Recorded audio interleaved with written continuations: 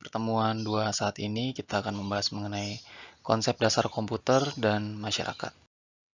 Ya, komputer itu terdiri dari perangkat hardware, software, dan juga brainware. Ketiganya saling melengkapi satu dengan yang lainnya. Ketiadaan salah satu komponen saja itu akan menyebabkan pengoperasian sistem komputer tidak akan berlangsung. Nah, untuk secara definisinya, komputer menurut Robert Blismer ini adalah suatu alat elektronik yang mampu menerima input, memproses input sesuai programnya, menyimpan perintah-perintah dan hasil dari pengolahan, dan menyediakan output dalam bentuk informasi. Nah, di sisi lain, menurut Gordon B. Davis, dia menyatakan bahwa komputer adalah tipe khusus alat hitung yang mempunyai sifat tertentu yang pasti. Nah, berdasarkan definisi sebelumnya, secara gamblang komputer itu memiliki 7 atribut. Nah, untuk atribut yang pertama, komputer itu merupakan alat elektronik. Yang kedua itu dia dapat menerima input data. Yang ketiga dapat mengolah data. Yang keempat dapat memberikan informasi. Yang kelima menggunakan suatu program yang tersimpan di store program. Yang keenam dapat menyimpan program dan hasil pengolahan. Dan yang ketujuh bekerja secara otomatis. Nah, di lain hal, masyarakat itu didefinisikan sebagai suatu kumpulan manusia yang terikat dalam suatu kesatuan yang bertindak secara terintegrasi dan tetap. Nah, masyarakat di sini merupakan komunitas yang interdependen, dalam artian sekelompok orang yang hidup bersama dan saling tergantung. Nah, masyarakat umumnya membentuk sebuah pola dan juga memiliki aturan dan budaya dalam beraktivitas atau melakukan kegiatan dalam kehidupan kesehariannya. Nah, kemudian menilik pada definisi kedua kata sebelumnya, yaitu kata komputer dan kata masyarakat, maka secara definitif makna dari komputer masyarakat adalah hubungan antara pengguna di sini disebut dengan user, dengan suatu alat. Nah, alatnya yaitu komputer, guna mencapai tujuan dengan mengefektifkan waktu dan mengefisiensikan tenaga, di mana komputer sebagai media pendukung dalam aktivitas kehidupan manusia. Nah, sesungguhnya penekanan komputer dan masyarakat ada pada bagaimana sistem komputer dapat membantu setiap aktivitas atau kegiatan masyarakat. Sehingga dari pernyataan tersebut didapatkan keuntungan atas pemanfaatan komputer secara masif bagi kehidupan masyarakat di berbagai bidang. Nah, untuk batasan dari komputer yang menyentuh masyarakat bukan hanya tertera pada fisik perangkatnya atau hardware, ya, entah itu perangkat desktop, mobile, server, specific device, dan sebagainya. Tapi juga kepada software, brainware, data, bahkan prosedur mekanisme sebuah sistem, gitu ya. Jadi ini sistem tertentu yang menggunakan teknologi komputer. Sama halnya dengan masyarakat, lingkup dari masyarakat di sini bukan hanya warga biasa, tapi juga termasuk pihak-pihak industri, organisasi sosial, pemerintah, akademisi, dan sebagainya. Nah, jika melihat dari perspektif masyarakat, banyak sekali berbagai jenis budaya, pekerjaan, ataupun aktivitas masyarakat yang dapat tersentuh dengan penggunaan komputer. Perkembangan teknologi yang semakin hari semakin nyata membuat masyarakat bergerak dari era agraris ke industri dan sampai ke saat ini yaitu eranya informasi. Konsumsi masyarakat cenderung digerakkan pada kehadiran informasi. Informasi merupakan sesuatu yang memiliki makna atau nilai yang berguna bagi penerimanya, agar selanjutnya dapat ditindaklanjuti si penerimanya menjadi sebuah tindakan atau pengambilan keputusan. Nah, untuk pengambilan keputusan yang tepat tentunya mengarah pada efektivitas dan efisiensi berbagai sumber daya. Nah, ini tujuannya untuk meningkatkan layanan atau profitable sebuah organisasi. Dan hal tersebut itu didukung melalui pemanfaatan sistem komputer secara holistik ya. Nah, ini berikut adalah contoh dari beberapa banyaknya bidang yang tersentuh oleh penggunaan teknologi komputer. Dari bidang yang paling eksklusif, kita membahas misalnya mengenai area antariksa, sampai area yang di dasar bumi, serta mungkin area yang tidak diperhitungkan berkaitan dengan sampah gitu ya. Penggunaan komputer itu sudah diterapkan. Nah, ada pertanyaan, apakah ada bidang yang belum tersentuh penggunaan komputer? Itu jawabannya tidak, karena semua bidang itu sudah tersentuh. Namun terdapat atau ada objek yang belum tersentuh dari penggunaan komputer. Jadi objeknya gitu ya yang belum tersentuh dari penggunaan komputer. Ini nggak perlu jauh-jauh, ada di sekitar kita. Ini misalnya anak-anak SD yang berada di desa tertentu atau desa yang cenderung ada di bukit atau gunung, mereka belum bisa menikmati penggunaan komputer. Nah, dalam hal ini internet juga belum bisa dinikmati ya sebagai sarana belajar mereka. Ini sebenarnya menjadi contoh bahwa objek yaitu anak-anak SD di desa tertentu itu belum tersentuh penggunaan komputer. Nah, tentunya ini menjadi PR pemerintah kita ya dalam membangun infrastruktur teknologi informasi yang adil dan merata bagi seluruh masyarakat di Indonesia. Nah, perlu diketahui, teknologi informasi itu dibangun dari hadirnya teknologi komputer dan teknologi komunikasi. Nah, teknologi komputer itu dibangun dari 3 komponen komputer, yaitu hardware, software, dan brainware. Sedangkan teknologi komunikasi menjembatani komunikasi antara sistem komputer yang satu dengan sistem komputer lainnya dalam sebuah area jaringan atau network tertentu. Nah, ini biasanya terdapat kebingungan mengenai teknologi informasi dengan sistem informasi. Kita harus mengetahui poin utuh dari dua pernyataan tersebut. Jika teknologi informasi dibangun dari dua komponen dasar, yaitu teknologi komputer di mana ada hardware, software, brainware, serta adanya teknologi komunikasinya, yaitu network. Nah, maka berbeda dengan sistem informasi itu dibangun dari kedua komponen tersebut disertai dengan adanya data dan prosedur. Jadi, data dan prosedur itulah bagian yang menjadi pembeda antara teknologi informasi dan sistem informasi. Nah, pada harafiah lainnya, teknologi informasi menyatakan hanya teknologinya saja yang digunakan untuk memperoleh dan mendistribusikan informasi. Nah, sedangkan sistem informasi menyatakan keseluruhan bagian secara non-teknis. Gitu ya. Ini non-teknisnya misalnya organisasi, manajemen, prosedur, dan juga teknisnya. Nah, teknisnya itu yang termasuk teknologi informasi di dalamnya. Nah, ini dengan tujuan untuk memperoleh dan mendistribusikan informasi gitu ya. Seperti yang sudah dijelaskan pada slide sebelumnya, sistem komputer itu terdiri dari 3 komponen dasar, yaitu hardware, software, dan brainware. Hardware seiring waktu akan berkembang dengan berfokus kepada perkembangan sebuah prosesor.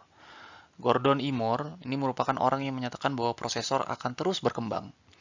Law Moore atau hukum Moore ini merupakan hukum yang terkenal dalam industri mikroprosesor yang menjelaskan tingkat pertumbuhan kecepatan mikroprosesor. Ia mengatakan bahwa pertumbuhan kecepatan perhitungan mikroprosesor mengikuti rumusan eksponensial. Ia menyatakan bahwa kompleksitas sebuah mikroprosesor akan meningkat 2 kali lipatnya tiap 24 bulan sekali. Nah, secara nggak langsung, manifestasinya ada kepada jumlah transistor akan semakin banyak, ukuran chip akan semakin kecil, dan prosesor akan semakin cepat. Nah, hukum Moore ini menjadi umpan balik atau feedback untuk mengendalikan laju peningkatan jumlah transistor pada keping chip. Hukum Moore ini telah mengendalikan semua orang untuk bersama-sama mengembangkan prosesor. Gagasan yang dilontarkan Moore mengenai kecenderungan peningkatan pemakaian jumlah transistor pada chip telah memberikan sumbangan besar bagi kemajuan teknologi informasi. Nah, tanpa jasa Moore mungkin kita belum bisa menikmati komputer berkecepatan tinggi ya, seperti saat ini. Ada 5 generasi perkembangan dari hardware komputer. Generasi pertama itu ditandai dengan kehadiran vacuum tube yang ukurannya besar dengan konsumsi listrik yang besar juga. Kemudian berkembang pada generasi kedua di mana vacuum tube itu menjadi transistor dengan ukuran yang jauh lebih kecil dengan konsumsi listrik yang kecil juga. Nah, kemudian pada generasi ketiga, beberapa transistor dipadukan menjadi sebuah integrated circuit atau IC dan berkembang menjadi seterusnya menjadi chip pada generasi keempat. Nah, saat ini kita masuk ke generasi kelima, yaitu di mana adanya multiple prosesor. Nah, relevansi dari multiple prosesor adalah kehadiran prosesor yang sudah semakin cepat hingga membuat pemrosesan komputer memiliki orientasinya tersendiri. Ini terlihat pada tujuan dan klasifikasi komputer. Nah, diperuntukkan untuk apa dan siapa gitu ya. Di antaranya misalnya mini dan mikrokomputer itu untuk penggunaan pribadi dan office, mainframe komputer sebagai server, dan superkomputer itu untuk perhitungan-perhitungan intensif seperti perakiraan cuaca, riset iklim dan antariksa, simulasi penerbangan, militer, dan lain-lain. Oke, kemudian ke software ya. Jadi software pun seiring waktu berkembang. Python dan Java ini merupakan, kalau kalian cek nanti ya, gitu ya, googling saja. Nah, ini ranking 1 dan 2 bahasa pemrograman yang favorit, yang banyak diminati oleh developer. Ini menurut PyPL gitu. Nanti masuk ke link pypl.github.io/pypl.html atau ya googlingnya dengan kata kunci PyPL programming. Maka nanti akan didapatkan gitu ya, akan didapatkan nanti list list daftar tren perkembangan peminatan bahasa pemrograman untuk skala internasional ya, pada tahun terbaru ini 2021. Namun jika dicek pada negara kita sendiri, negara Indonesia, ini kalau saya cek melalui Google Trend, maka dengan batasan dalam 1 tahun terakhir ini, maka peringkat pertama bahasa pemrograman yang menjadi favorit di negara kita adalah bahasa pemrograman PHP. Nah, sama halnya dengan hardware, software, jaringan juga berkembang ya seiring waktu. Jadi berbagai vendor, misalnya Cisco dan Mikrotik itu sudah berkembang ya. Malah trennya penggunaan vendor dari sisi keseluruhan, termasuk jaringan ini, sudah masuk ke ranah profesionalisme yang lebih intens lagi. Hal ini dibuktikan dengan tuntutan industri dan akademik kepada SDM yang berkompeten dalam mengoperasikan satu perangkat atau piranti dari satu vendor. Ini biasanya melalui pelatihan yang harus diakhiri dengan keluarkannya sertifikat. Nah, itu alasan setiap SDM sebenarnya wajib minimal memiliki satu sertifikat sebagai bentuk yang bersangkutan profesional gitu ya, pada bidangnya, entah itu untuk jaringan, entah itu untuk pemrograman ataupun penguasaan hardware tertentu. Dan di lain hal itu brandware juga sebenarnya berkembang. Kebutuhan dasar dari pengoperasian teknologi informasi itu membuat banyak job-job, banyak pekerjaan-pekerjaan yang secara nggak langsung memiliki tugas dan perannya masing-masing. Jadi brandware pun itu sebenarnya berkembang. Tanggung jawab brandware pun berkembang. Dan ini makanya bisa kita kenali seorang data science, seorang data analis, seorang analis sistem, audit, termasuk programmer, termasuk administrator jaringan. Nah, ini adalah contoh-contoh dari peran dan tanggung jawab seorang manusia atau brandware atau pengguna gitu ya dalam mengoperasikan satu bagian kecil dari keseluruhan sebuah perangkat teknologi informasi. Oke, ini merupakan gambar dari perkembangan komputer di tiap generasi yang pada slide sebelumnya sudah dibahas ya. Nah, kalau ini adalah arah perkembangan dari bahasa pemrograman, di mana pada dasarnya komputer akan mengenali angka biner. Gitu. Data apapun yang diinputkan pada perangkat input akan dikonversi menjadi bilangan biner 0 dan 1. Ini yang akan diproses oleh prosesor dan kemudian dikonversikan kembali dari biner ke dalam bentuk digital atau format lainnya yang dapat dipahami manusia atau brainware-nya. Nah, pada dasarnya perkembangan bahasa pemrograman ini cenderung ke arah artificial intelligence. Hal ini didasari dari bagaimana pemahaman pengetahuan manusia pada satu bidang dapat ditanamkan atau ditransformasikan ke dalam teknologi komputer untuk memudahkan aktivitas atau kegiatan manusia. Dan ini adalah contoh dari pemanfaatan teknologi informasi dalam kehidupan masyarakat. Ini berupa link yang mengarah ke YouTube ya. Nanti dapat diklik saja pada slide ini karena kalau saya videokan takutnya mengarah pada penyalahgunaan konten hak cipta, jadi menghindari video ini di take down karena copyright. Nanti silakan disimak secara mandiri saja. Nah, ini terdapat misalnya cloud video conferencing yang merupakan pemanfaatan telekomunikasi jarak jauh. Ada SAP HANA, ini merupakan sebuah pengolahan data untuk mendapatkan informasi yang masif mengenai permainan sepak bola. Juga ada Samsung Safety Truck, ini sudah lama ya, yang menyediakan visualisasi bagi kendaraan di belakang truk agar dapat mendahului, ya, agar kendaraan lainnya di belakang truk ini dapat mendahului dengan aman. Kemudian ada Be My Eyes, yaitu sebuah aplikasi untuk membantu orang yang buta, di mana kita dapat menjadi mata bagi mereka, gitu ya. Dan juga ada Sing, yang merupakan sebuah teknologi aplikasi dalam menyampaikan pesan, gitu ya, dari satu orang ke orang lain. Jadi ada banyak berbagai teknologi informasi yang digunakan untuk membantu aktivitas manusia. Esensinya adalah teknologi informasi itu memang hadir untuk membantu aktivitas kegiatan atau pekerjaan manusia, bukan untuk menggantikan manusianya sendiri. Oke, demikian pertemuan untuk saat ini. Terima kasih.